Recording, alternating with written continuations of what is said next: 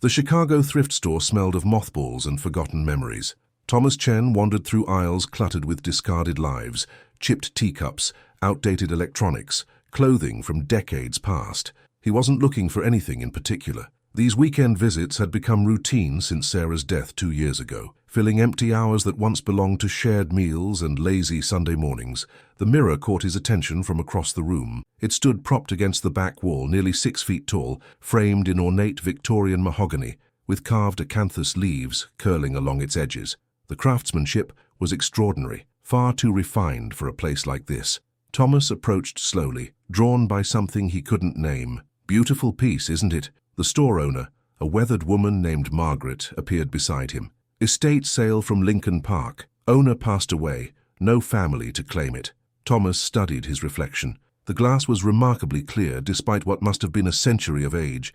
No warping, no silvering damage. "How much? For you?" "200. It's worth 10 times that, but I need the floor space." He should have walked away. His one-bedroom apartment barely had room for essentials, but something about the mirror felt important, necessary even. "I'll take it." Getting it up 3 flights of stairs was an ordeal that left Thomas sweating and cursing. His neighbor, Mrs. Rodriguez, held doors and offered encouragement in Spanish-accented English. By the time he maneuvered it through his doorway, he'd scraped his knuckles and bruised his shin. The only logical place was the living room wall opposite his couch.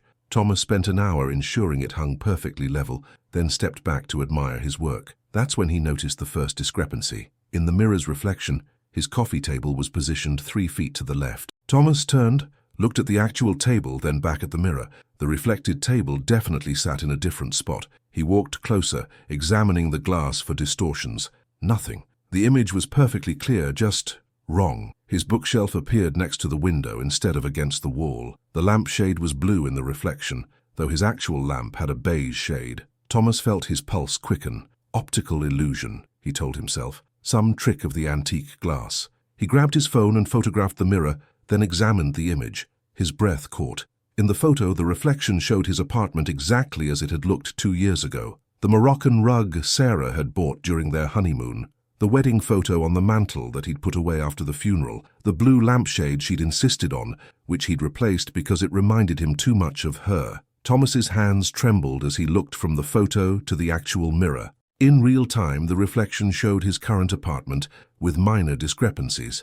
But the photograph captured something else entirely, a window into the past. He spent the next hour taking photos from different angles, documenting everything. Each image showed the same impossible scene, his home as it existed before the car accident, before the funeral, before his life shattered into before and after. But there was something else in one of the photos.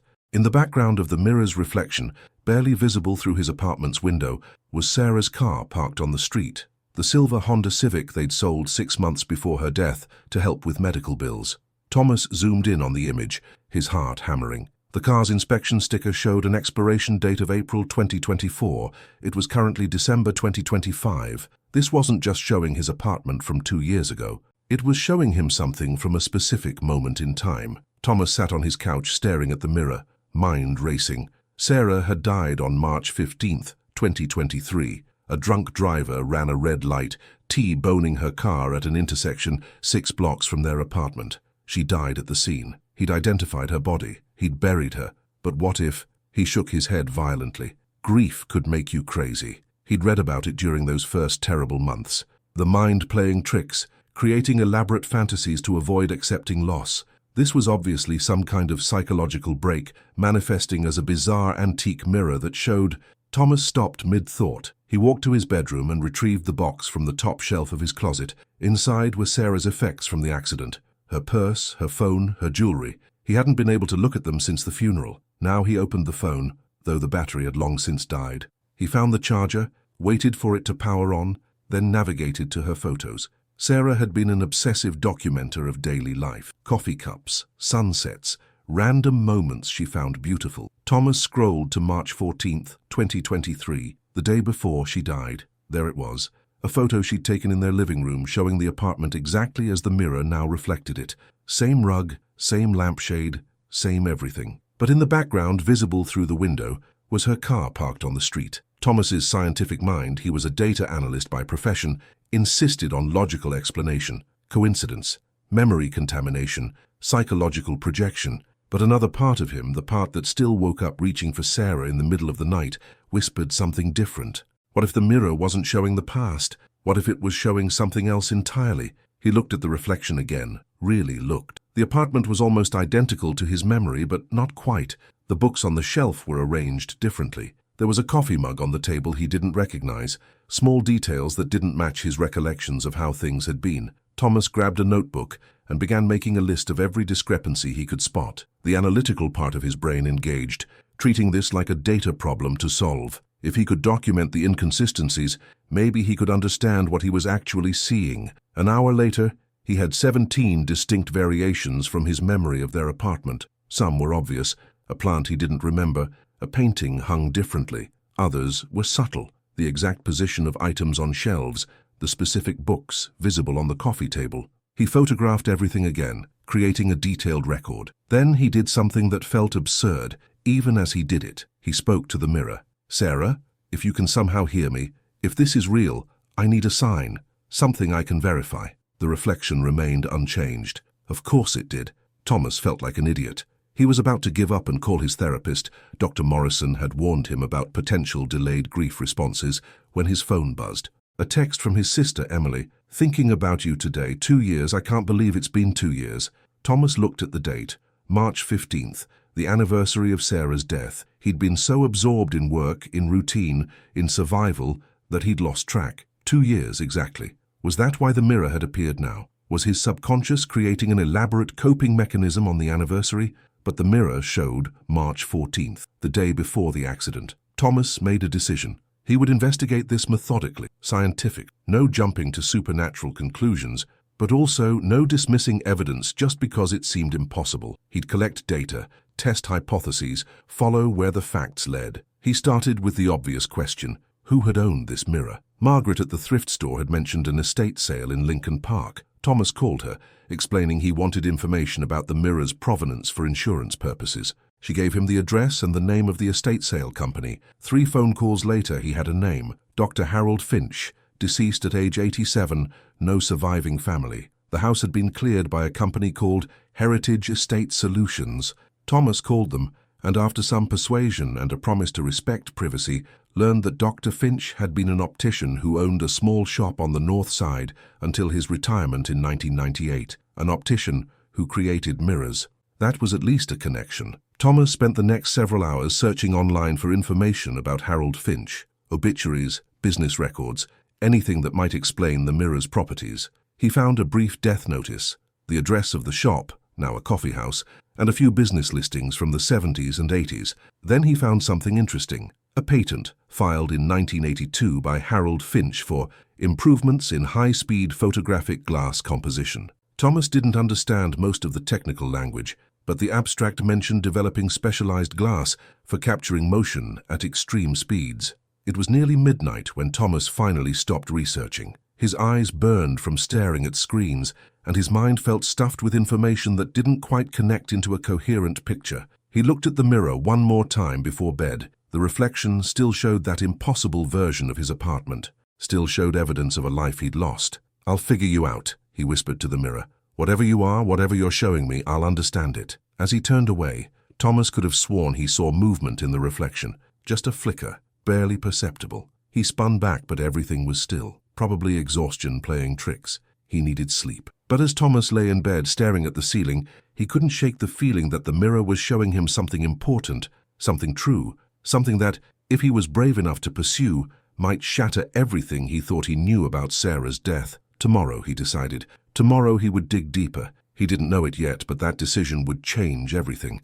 Thomas woke before dawn, his mind immediately returning to the mirror. He'd dreamed of Sarah calling to him from inside the reflection, but when he reached for her, the glass was solid and impenetrable. He showered and dressed quickly, driven by an urgency he couldn't explain. By 7 a.m., he was parked outside the coffee shop that had once been Finch's optometry. The building was a typical Chicago storefront: narrow frontage, old brick, large windows displaying hand-lettered signs advertising seasonal lattes. Through the glass, Thomas could see exposed brick walls decorated with local artwork, nothing that hinted at its previous incarnation. He ordered coffee and approached the barista, A young woman with purple streaks in her hair and a name tag reading Jazz.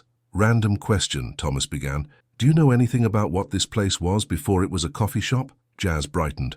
Oh yeah, it was an eye doctor's office forever, like since the 1940s or something. The owner showed me photos when I started working here.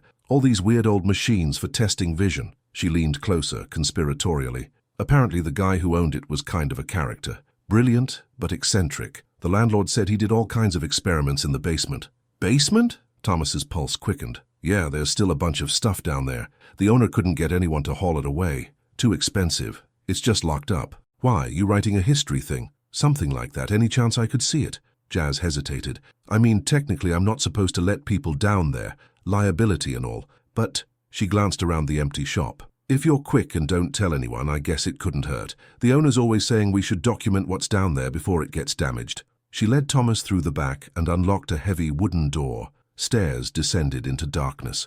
Jazz flipped a switch, illuminating bare bulbs strung along the ceiling. 15 minutes, she said. Then I need you back up here. The basement was larger than Thomas expected, stretching beneath the entire building. Metal shelving units lined the walls, stacked with equipment he didn't recognize. Lenses of various sizes, strange calibration devices, boxes of glass plates. Dust covered everything in a thick grey blanket. Thomas began searching systematically. Patient files had been removed, probably destroyed for privacy, but equipment manifests and supply invoices remained. He found order forms for specialized glass from a company in Germany, receipts for high-speed camera equipment that seemed absurdly advanced for an optometry practice. Then, in a filing cabinet in the far corner, he found Dr. Finch's personal journals. There were 8 of them, leather-bound notebooks filled with cramped handwriting and technical diagrams. Thomas grabbed the most recent one, dated 1996 to 1998, and began reading. The early entries detailed routine optometry work, prescriptions, patient notes, mundane business operations. But starting in late 1997, the tone changed dramatically. December 3, 1997, the glass composition is stabilizing. 12 hours of exposure now produces consistent results. I've tested it with 20 different subjects, and the temporal displacement remains constant. Exactly 24 to 48 months prior to exposure date. Why this specific range? The quantum mechanics suggest it should be random, but the data doesn't lie. Thomas's hands trembled as he read. January 15, 1998. I've created 3 mirrors using the new glass. The largest is nearly 6 feet tall, my masterpiece. When I look into it, I see my workshop as it existed 2 years ago, down to papers on my desk that I've long since filed away. But here's what's remarkable. It's not a recording. The image updates in real time. If I move an object in my workshop now, that object appears in a different position in the reflection, corresponding to where it actually was 2 years ago. The mirror doesn't show memory. It shows actual temporal displacement. Thomas flipped through more pages, heart racing. February 8, 1998. I've made a terrible mistake. The mirrors don't just show the past, they show alternative timeline branches, moments where different choices were made. I looked into the large mirror yesterday and saw my workshop, but Margaret was there. In reality, we'd quarreled and she hadn't visited in months, but the mirror showed a timeline where we hadn't fought, where she stopped by as she used to. When I checked my calendar from 2 years prior, she had indeed visited that day. The mirror showed what actually happened, but when I looked again this morning, she wasn't there. The timeline had changed. The mirror is somehow showing different probability branches of the past. Thomas sat down hard on an old stool, his mind reeling. If Finch was right, if the mirror showed alternative timelines, he kept reading, increasingly desperate. March 1st, 1998. I've been observing the largest mirror constantly. The timelines shift every few hours. Sometimes I see my workshop as it truly was. Sometimes I see versions where small details differ.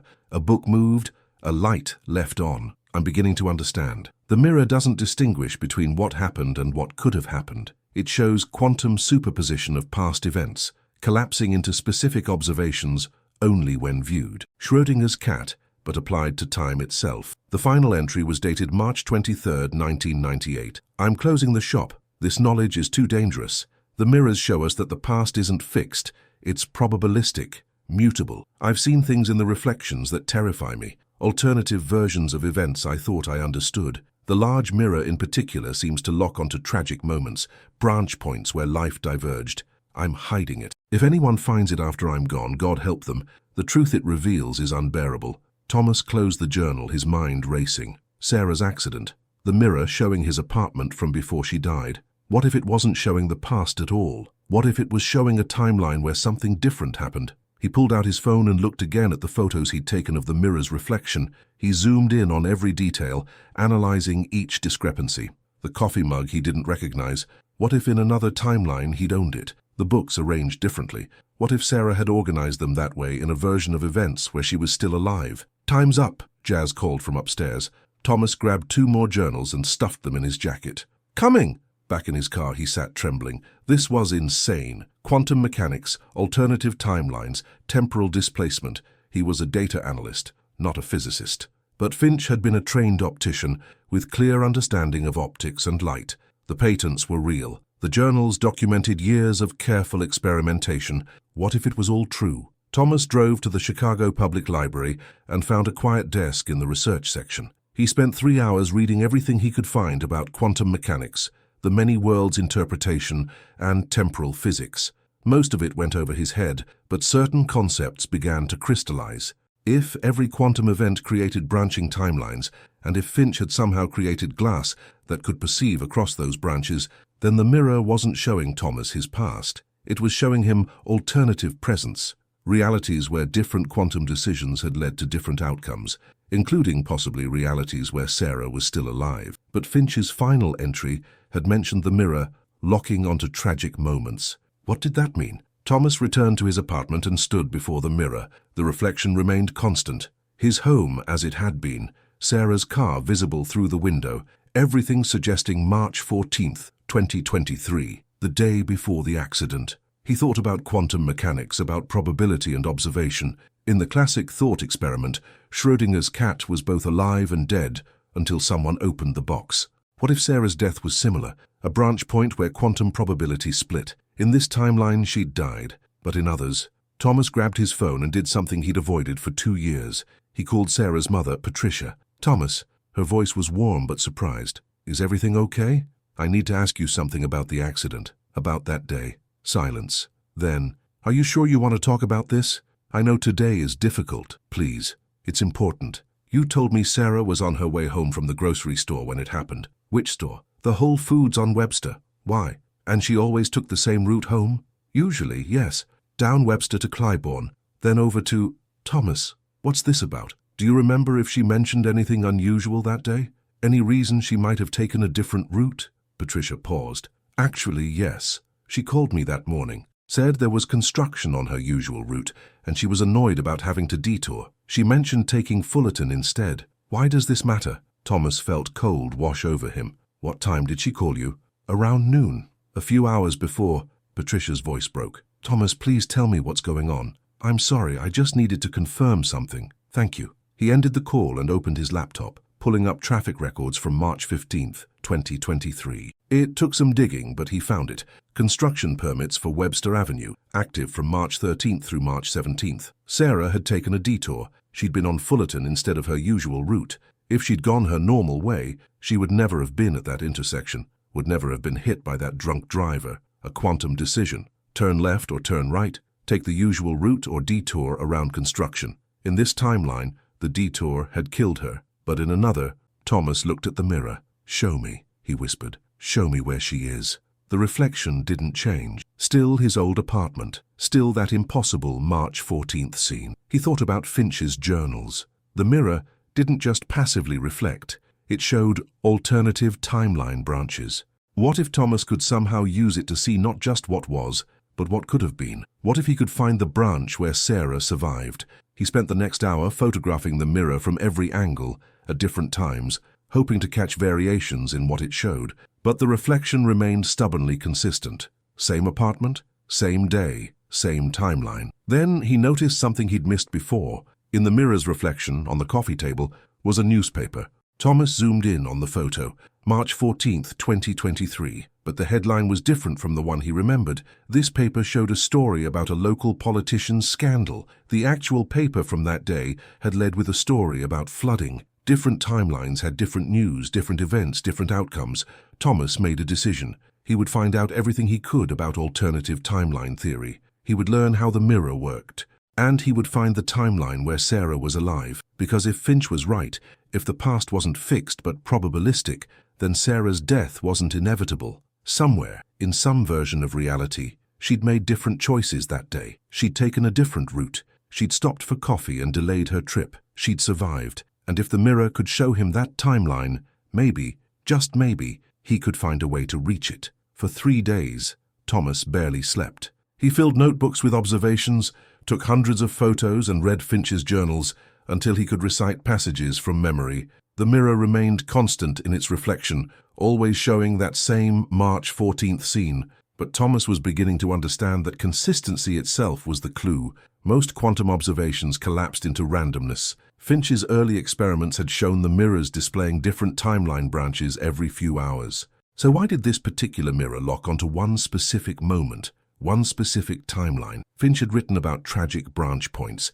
moments where reality diverged toward catastrophe. What if the mirror wasn't just showing Thomas a timeline? What if it was showing him something about Sarah's death that he didn't understand? On the 4th morning, Thomas woke to his phone ringing, an unknown number. "Mr. Chen, this is Detective Maria Alvarez with the Chicago Police Department. I'm calling about a case from 2 years ago, the accident involving your wife." Thomas sat up, instantly alert. "What about it?" "I'm reopening some files, and I noticed some irregularities I'd like to discuss.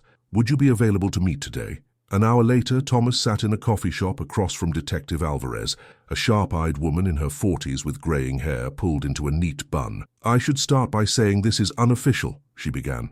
"The case was closed as a clear-cut drunk driving fatality, but I've been reviewing unsolved cases, and something bothered me about the driver's statement." She pulled out a file. "Marcus Holloway, blood alcohol level .14, well over the legal limit. He claimed he ran the red light accidentally, that he was too drunk to notice, pled guilty, served 18 months, released last year. Standard tragic story. So, what's the irregularity?" Holloway's car had a dash cam. Most people don't know that. Even his lawyer didn't mention it at trial. The footage was in evidence but never analyzed thoroughly. "I reviewed it last week." She slid a tablet across the table. "Watch this." Thomas pressed play. The video showed the intersection from Holloway's perspective. The light was clearly red. Then, seconds before impact, there was a bright flash, like a camera flash or headlights on high beam, from somewhere off-screen. Holloway jerked the wheel, accelerating instead of braking, directly into the intersection where Sarah's car was crossing. "That flash," Alvarez said, "it came from a white van parked in a lot adjacent to the intersection. I tracked down the van's owner, security consultant, works for a private firm. When I asked him about being there that day, he claimed attorney-client privilege and refused to comment." Thomas replayed the video, his heart pounding. "You're saying the accident might not have been an accident. I'm saying there are questions that were never asked. The drunk driver narrative was neat and convenient. Everyone assumed Holloway was just another drunk who killed someone. But what if someone deliberately caused the crash? Why would anyone want to hurt Sarah?" Alvarez leaned forward. "That's what I'm trying to figure out. Can you think of any reason someone would want your wife dead? Business disputes, personal conflicts, anything unusual in the weeks before her death?" Thomas thought back, but those memories were painful and blurry. Sarah was a social worker. She worked with foster care cases. I can't imagine her having enemies serious enough to... He stopped. Wait, there was something. A case she was upset about. He pulled out his phone, scrolling through old text messages. There, from March 10th, 2023. "This family is hiding something, I can feel it. The daughter won't talk to me and the parents are too perfect. I'm requesting a formal investigation." "What case?" Alvarez asked. "I don't remember the details. She couldn't talk about work much because of confidentiality, but she was really bothered by it in those last few weeks. Said she'd uncovered something that didn't add up." Alvarez made notes. "I'll need her case files. Do you know who her supervisor was?" Thomas gave her the information, his mind racing. All this time he'd assumed Sarah's death was random tragedy, a drunk driver, wrong place, wrong time. But what if it was murder disguised as accident? He thought about the mirror, about it showing March 14th, the day before the crash, about alternative timelines branching from quantum decisions. What if the mirror was trying to show him something about that specific day, that specific moment when Sarah's fate was decided? After Alvarez left, Thomas drove home and stood before the mirror. He looked at every detail of the reflection with new eyes. Sarah's car parked on the street, the apartment exactly as it had been. What was he missing? Then he saw it. In the reflection, barely visible through his apartment window, was another car parked behind Sarah's. Thomas had never noticed it before because he'd been focused on Sarah's Honda, but this car, a white van, was positioned where it could see Sarah's vehicle. Thomas grabbed his phone and zoomed in on the highest resolution photo he had of the mirror. The van's license plate was just barely legible in the reflection. He typed the number into his notes app, then called Alvarez. "I found something," he said, "in a photo from that day. A white van was parked near our apartment. Send me the photo and the plate number." "Mr. Chen, where did you get a photo from that specific day?" Thomas hesitated. "From Sarah's phone. She took pictures of our apartment that morning." It wasn't quite a lie. He had found photos on Sarah's phone. They just didn't show what the mirror showed. "I'll run the plate," Alvarez said. "This could be important." After the call, Thomas sat staring at the mirror. The reflection was showing him evidence. Somehow Finch's quantum glass wasn't just displaying alternative timelines. It was preserving information from a specific timeline, one where the white van was visible, where the truth of Sarah's murder could be uncovered. But how was that possible? If the mirror showed alternative branches of reality, why would it preserve evidence from this particular branch? Unless it wasn't showing an alternative timeline at all. Unless it was showing him exactly what had happened, but from a perspective he hadn't been able to see at the time. Thomas pulled out Finch's journals again, reading more carefully. One passage jumped out. March 15th, 1998. "The mirrors don't just show past timelines, they show suppressed observations, events that occurred but weren't consciously noticed. The quantum mechanics are complex, but essentially the glass preserves light information that would normally collapse into a single observed state. It's like having access to all the information that was present but not perceived. Suppressed observations, things that happened but went unnoticed. The white van had been there. Sarah probably saw it but didn't think anything of it. Thomas hadn't been home, so he never saw it. But the light information, the actual photons reflecting off the van that day, had existed, and somehow Finch's mirror preserved that information, made it observable. It wasn't showing Thomas an alternative timeline. It was showing him the complete truth of what actually happened, including details no one had consciously observed at the time. Thomas's phone rang. "Alvarez. The plate is registered to a security company called Sentinel Solutions. They provide protective services for high-profile clients. Lots of confidentiality agreements, very discreet. I can't get client lists without a warrant, and I don't have enough probable cause yet. But this is looking less and less like a random accident. What do we do now? I keep investigating. You stay safe and let me know if you think of anything else from that time. If this was a professional hit disguised as drunk driving, whoever ordered it has significant resources." After she hung up, Thomas stood before the mirror again. "Show me more," he whispered. "Show me what else I couldn't see." He took another photo. This time, he noticed movement in the reflection, a blur that might have been a person in the white van. He zoomed in until the image pixelated, but he could just make out a figure in the driver's seat, holding what looked like a camera or rangefinder. They'd been watching Sarah, timing the flash that would cause Holloway to crash into her. Thomas felt rage building. Someone had murdered his wife and made it look like an accident.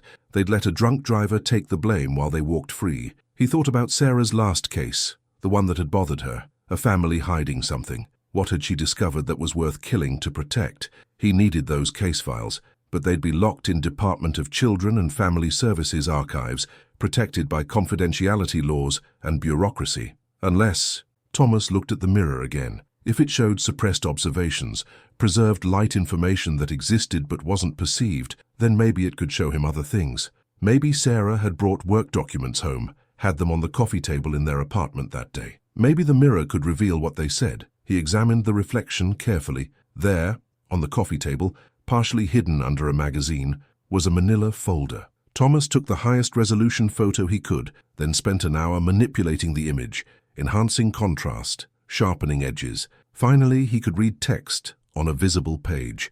It was part of a psychiatric evaluation for a teenage girl named Emily Whitmore, age 16. The visible portion mentioned concerning patterns of behavior and potential institutional placement. Thomas searched the name online. Emily Whitmore, daughter of Robert and Catherine Whitmore. Robert Whitmore was CEO of Whitmore Pharmaceuticals, a mid-sized company specializing in psychiatric medications. The family lived in a Gold Coast mansion worth $12 million. He found a Society page article from March 20th, 23, 5 days after Sarah's death. Whitmore family donates $2 million to mental health research. The accompanying photo showed Robert and Catherine at a gala, smiling and prosperous.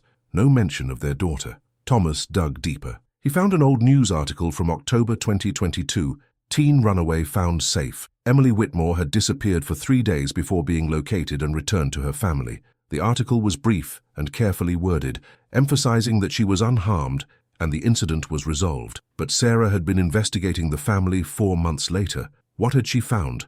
Thomas called Alvarez again. The case Sarah was working on. It was the Whitmore family. Robert Whitmore from Whitmore Pharmaceuticals. That's a significant connection. Whitmore has the resources to hire professionals. I'll start looking into his associates, see if any of them connect to Sentinel Solutions. There's more. Their daughter Emily went missing in October 2022. Sarah was investigating them in March 2023. I think Sarah discovered something about what really happened to Emily. If you're right, and if Sarah uncovered abuse or illegal institutionalization, Whitmore would have motive to silence her. But I need hard evidence. Can you access any of your wife's work files? No, but I have a photo showing part of a psychiatric evaluation she had at home. Should I send it? That could be considered stolen confidential information. If we use it, the case could be thrown out. I need to obtain files through proper channels. Thomas felt frustration rising. The mirror was showing him the truth, but that truth was legally inadmissible. He needed another approach. What if I could find Emily Whitmore? If she's alive and can testify about what happened, that would be direct evidence. Mr. Chen, if Whitmore had your wife killed to protect his secrets, approaching his family could be dangerous. Let me handle the investigation. But Thomas was already forming a plan. The mirror had shown him what happened to Sarah. Maybe it could show him where Emily Whitmore was now. He spent the rest of the day researching the Whitmore family, building a timeline of events. Emily's disappearance, her return, Sarah's investigation starting in February 2023, Sarah's death in March, the Whitmore's large donation to mental health research 5 days later, possibly conscience money or a celebration of a problem solved. As evening fell, Thomas stood before the mirror again. He'd been assuming it only showed March 14, 2023. But what if he could make it show something else? Finch's journals mentioned the mirrors updating in real time, showing actual temporal displacement. Show me where Emily Whitmore is, Thomas said aloud, feeling foolish but desperate. The reflection rippled, or did he imagine it? The image seemed to shift slightly, like heat waves on summer asphalt. Then it stabilized, but now the reflection showed something different. Not his old apartment, a room he'd never seen, sparse furniture, institutional white walls, a narrow bed. And sitting on that bed, staring at nothing, was a young woman with dark hair and haunted eyes, Emily Whitmore. Thomas's hands trembled as he took photos. The room looked like a psychiatric facility, but there were details that bothered him. The door had no handle on the inside, the window was reinforced with wire mesh, and there was a camera in the corner. This wasn't a hospital. This was a prison. The reflection showed a small desk in the corner. On it was a letter partially visible. Thomas zoomed in, enhancing the image until he could read fragments. Not crazy. They're lying. Been here 18 months. Please help. 18 months. That would place her institutionalization around September 2023, 6 months after Sarah's death. Whatever Sarah had discovered, the Whitmores had accelerated their plans to hide Emily away after the investigation ended. But where was this place? The mirror showed the room but gave no indication of location. Thomas studied every visible detail, looking for clues. There, on the wall above the bed, a small vent with a manufacturer's label. He zoomed in until he could read it. Clear Air Systems, Model J40, institutional use. He searched for the manufacturer. Clear Air Systems, specialized in climate control for psychiatric facilities and prisons. Their Model J40 was specifically designed for high-security mental health institutions. Thomas found a list of facilities using their equipment in the Midwest. 17 locations spread across 4 states, but one caught his attention. Riverside Haven, a private psychiatric facility in Michigan, 30 miles outside Detroit. Its website emphasized discreet care for families seeking privacy and long-term residential treatment programs, perfect for wealthy parents wanting to hide an inconvenient child. Thomas looked at the mirror again. Emily was still there, still staring at nothing. How was this even possible? The mirror couldn't show the present, could it? Finch's notes said temporal displacement was always 24 to 48 months in the past, unless the mirror had evolved. Unless Finch's final creation, his masterpiece, could do more than he'd initially designed. Thomas made a decision. He would go to Riverside Haven. He would find Emily Whitmore, and he would expose the truth about Sarah's murder. But first, he needed to understand what he was seeing. He pulled out Finch's last journal entry again. The large mirror in particular seems to lock onto tragic moments, branch points where life diverged. Emily's imprisonment was a branch point. In one timeline, Sarah had lived and exposed the truth. In this timeline, Sarah had died and Emily remained hidden. The mirror was showing Thomas the consequence of Sarah's murder, the life that could have been saved if his wife had survived. It was showing him what he needed to fix.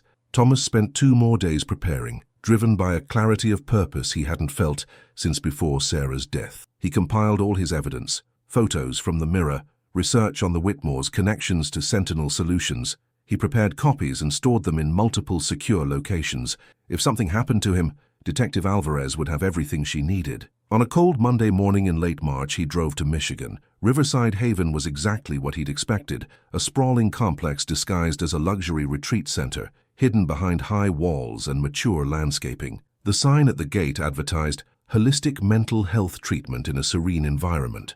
The security checkpoint advertised something else entirely. Thomas had prepared a cover story. He was researching private psychiatric facilities for a family member. The receptionist, a crisp professional woman in her 50s, gave him a brochure and a practiced smile. "We'd be happy to schedule a tour, but our facility specializes in long-term care for treatment-resistant conditions. Our patients require significant privacy. We don't typically allow unscheduled visits." "I understand. I'm actually looking for information about a current patient, Emily Whitmore. I'm a family friend, and her parents asked me to check on her welfare." The receptionist's smile tightened almost imperceptibly. "I'm not able to confirm or deny any patient's presence here. HIPAA regulations, I'm sure you understand." "Of course. Perhaps I could speak with your director?" "Dr. Carlson is with patients all day, but I can have him call you to discuss our programs in general." Thomas left his number, knowing he'd never receive that call, but he'd confirmed what he needed. The receptionist's reaction had told him Emily was definitely here. He drove to a coffee shop in the nearby town and called Alvarez.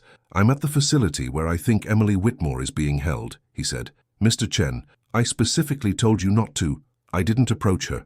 I just confirmed the location. What do we do now?" Alvarez sighed. "I've been making progress on my end. I got a warrant for Sarah's DCFS case files.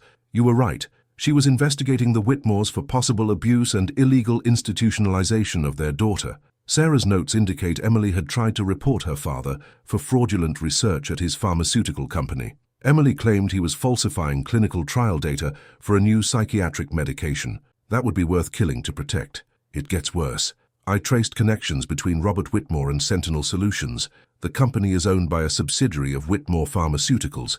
Whitmore literally hired his own security company to murder your wife." Thomas felt cold rage settle over him. "Can you arrest him?" "The evidence is circumstantial. A good lawyer would tear it apart. I need Emily's testimony, or better yet, the clinical trial data she tried to expose. If we can prove Whitmore killed Sarah to cover up fraud, we have him on both charges. Then we need to get Emily out of there. I'm working on it. I've contacted the Michigan State Police and requested a welfare check on Emily Whitmore. If she's being held against her will, that gives us grounds for immediate action. But these things take time. She's been in there 18 months. How much more time does she have?" Thomas drove back to his hotel and sat with his laptop, researching Whitmore Pharmaceuticals. He found the medication Emily had tried to expose, Clarithex, a new antipsychotic approved just 6 months ago. The clinical trials had shown remarkably positive results, fast-tracking it through FDA approval. But if the data was fraudulent, Thomas thought about Sarah, about her dedication to protecting vulnerable people. She'd discovered Whitmore's fraud and his abuse of Emily. She'd been preparing to expose him, and he'd had her killed for it. His phone buzzed. A text from an unknown number. "Stop investigating. This is your only warning." Thomas stared at the message. They were watching him. Of course they were. He'd walked right up to Riverside Haven and announced his interest in Emily. Whitmore's people would have been notified immediately. He called Alvarez. "I just got a threat.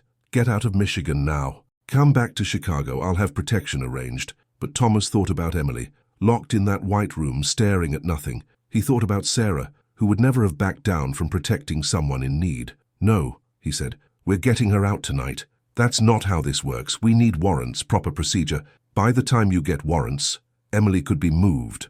Or worse, these people killed Sarah. They won't hesitate to eliminate another witness. Mr. Chen, I'm going to that facility at midnight, with or without your help. If you want to arrest Whitmore, you'll be there." He ended the call before she could argue further. At 11 p.m., Thomas drove back to Riverside Haven. He'd studied satellite imagery and identified the section of wall farthest from the security gate. The facility was large, but not designed to prevent escape. Most psychiatric hospitals weren't. They kept patients controlled through medication and surveillance, not physical barriers. He parked a quarter-mile away and approached on foot, carrying bolt cutters and a crowbar. The wall was 10 feet high, but he found a section where a mature tree grew close enough to provide access. He climbed carefully, dropped into the grounds and crouched in shadows.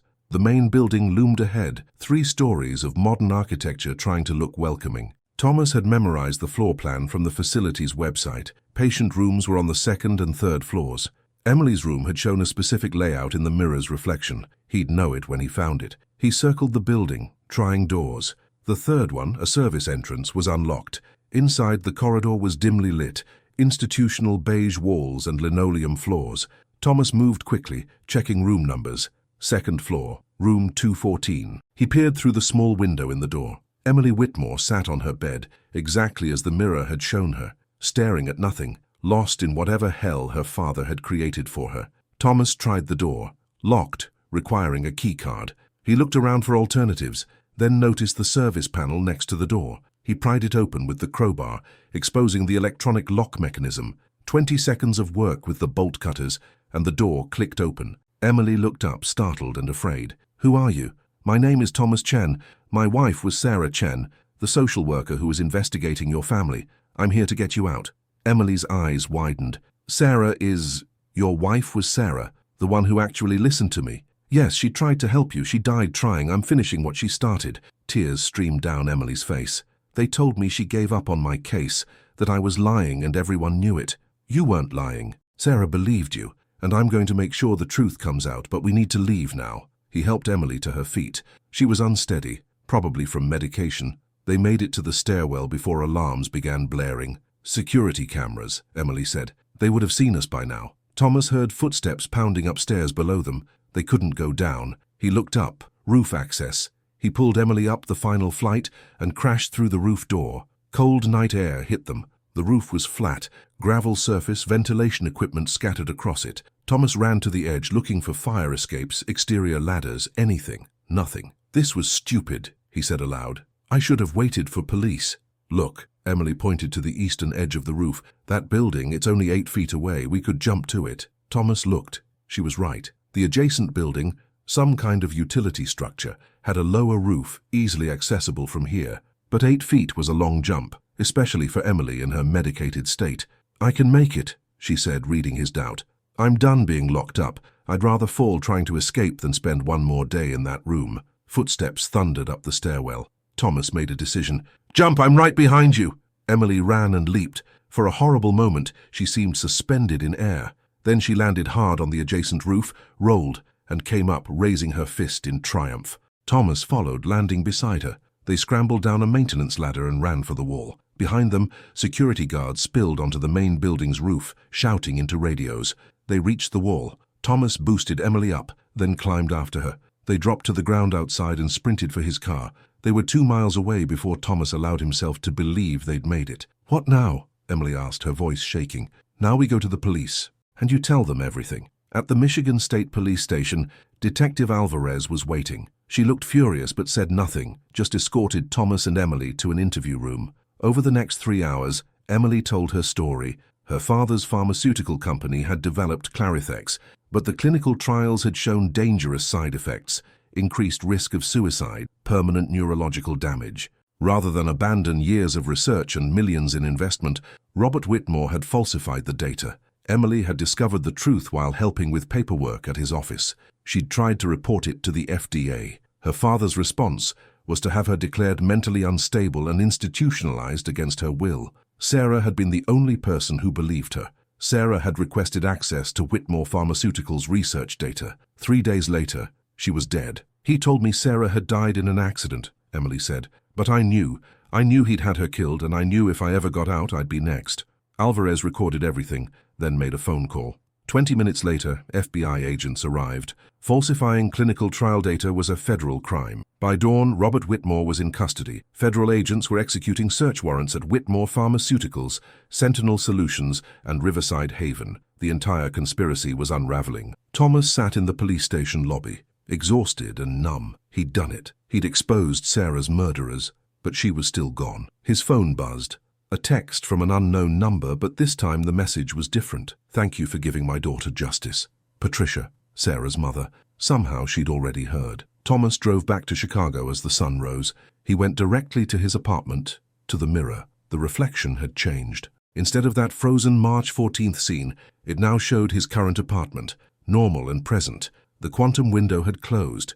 Whatever information the mirror had preserved, whatever impossible glimpse across timelines it had offered, was complete. Thomas understood now what Finch had meant about the mirrors locking onto tragic branch points. The mirror had shown him what he needed to see, evidence that existed but hadn't been observed, truths that were present but invisible. It had given him the tools to seek justice, but it couldn't bring Sarah back. He thought about alternative timelines, about quantum branches where different decisions led to different outcomes. Somewhere, in some version of reality, Sarah had taken her usual route home. The drunk driver had missed her. She was still alive, but that wasn't this timeline. In this reality, Sarah had died, and no mirror could change that. What the mirror had changed was the story's ending. In the original timeline, Sarah's murder went unpunished, her investigation unfinished, Emily trapped in that white room. But Thomas had altered that branch point. He'd given Sarah's work meaning. He'd saved the person she'd tried to save. It wasn't the ending he wanted, but it was the one he could live with. Detective Alvarez called that afternoon. "Whitmore is talking. He's admitted to everything. The falsified trials, ordering Sarah's death, Emily's institutionalization. He's trying to negotiate a plea deal, but the prosecutor isn't interested. He's going away for life." "What about Emily?" "She's with her mother's family. Catherine Whitmore filed for divorce this morning and is cooperating fully with investigators. Emily will testify at trial, but she's safe now. You saved her life." Thomas looked at the mirror. "I had help." After the call ended, he stood before the mirror one last time. His reflection looked back at him. Just a normal reflection now. No quantum mysteries, no alternative timelines. Just Thomas, tired but at peace. "Thank you," he said to the mirror, to Finch's ghost, to whatever quantum mechanics had given him this impossible gift. "Thank you for showing me the truth." He thought about keeping the mirror, about its value as Finch's masterpiece, but this knowledge was too dangerous, just as Finch had written. The ability to see suppressed observations, to glimpse alternative timelines, to perceive truths that should remain hidden, it was a burden no one should carry. Thomas called Margaret at the thrift store. "That mirror I bought, I'd like to return it." "Oh? Was something wrong with it?" "No. It showed me exactly what I needed to see, but it's time for it to find someone else." He delivered the mirror that evening, helped Margaret carry it back to its spot against the wall. As he walked away, he looked back once. In the mirror's reflection, he could have sworn he saw Sarah standing in the shop, smiling at him, but when he blinked, there was only his own reflection, and an empty store, and the setting sun casting long shadows through the windows. 3 months later, Thomas testified at Robert Whitmore's trial. Emily's testimony was devastating, and the physical evidence, the falsified clinical trials, the connection to Sentinel solutions, the dash-cam footage Alvarez had uncovered, was irrefutable. Whitmore was convicted on all counts: first-degree murder, conspiracy, fraud, and kidnapping. He received life in prison without possibility of parole. Thomas attended every day of the trial. On the final day, Emily approached him in the courthouse hallway. "Sarah would be proud of you," she said. "You finished what she started. She would be proud of you too. You survived. You told the truth. You're the brave one." Emily smiled, the first genuine smile Thomas had seen on her face. "We both are. We both survived, and we made sure Sarah's work mattered." That night, Thomas returned to his apartment. He looked at the wall where the mirror had hung, now empty except for a slightly darker rectangle where the wallpaper hadn't faded. He thought about quantum mechanics, about infinite timelines branching from every decision. Somewhere Sarah was alive, somewhere they were still happy, but in this timeline, this version of reality, she was gone, yet her work lived on. Emily was free. Whitmore was in prison. Clarithex was pulled from the market, preventing countless deaths from its hidden side effects. Sarah's investigation, completed 2 years after her death, had saved lives. That had to be enough. Thomas went to his desk and pulled out a notebook. He began writing, not about the mirror, not about quantum timelines, but about Sarah, her dedication to justice, her unwavering belief in protecting the vulnerable, the legacy she'd left behind. He would make sure her story was told, Not the impossible parts, not the quantum mirror that had shown him the truth, but the real story of a social worker who died trying to save a child, and the people who made sure her death wasn't in vain. The mirror was gone, but its reflection remained in everything it had changed. In Emily's freedom, in Whitmore's conviction, in Thomas's understanding that love didn't end with death. It transformed into purpose, into justice, into the determination to finish what our loved ones started. That was the truth the mirror had really shown him. Not alternative timelines or quantum possibilities, but the simple, profound reality that the people we love continue to shape the world through us, through our choices, through our refusal to let their work be forgotten. Thomas picked up his phone and called Patricia. "I'm writing about Sarah," he said, "about her investigation, her courage, everything she did. I want people to know who she really was." Patricia's voice was thick with emotion. "She would love that. Thank you, Thomas. Thank you for not letting her be forgotten." "Never," Thomas said. "Her reflection lives on in all of us." He ended the call and looked at the empty space on his wall one more time. Then he turned back to his notebook and continued writing, preserving the truth in the only way that mattered, in words that would outlast mirrors, timelines, and even death itself. The story of Sarah Chen, the social worker who gave her life to protect a child. The story that would make sure her reflection never faded. And so we reach the end of another unforgettable journey. If this story touched your heart, stirred your emotions, or simply made you feel something, you can help me in 3 simple ways. Leave your like. It's quick, free, and shows me I'm on the right path. Subscribe and turn on the bell to never miss our upcoming stories. Comment below what moment struck you the most in this story. Every like, every subscription, every comment motivates me to bring you more engaging emotional stories full of twists and turns. And if you know someone who would love this story, share it. Sometimes a good narrative is exactly what someone needs for their day. Thank you for being here with me. See you in the next story.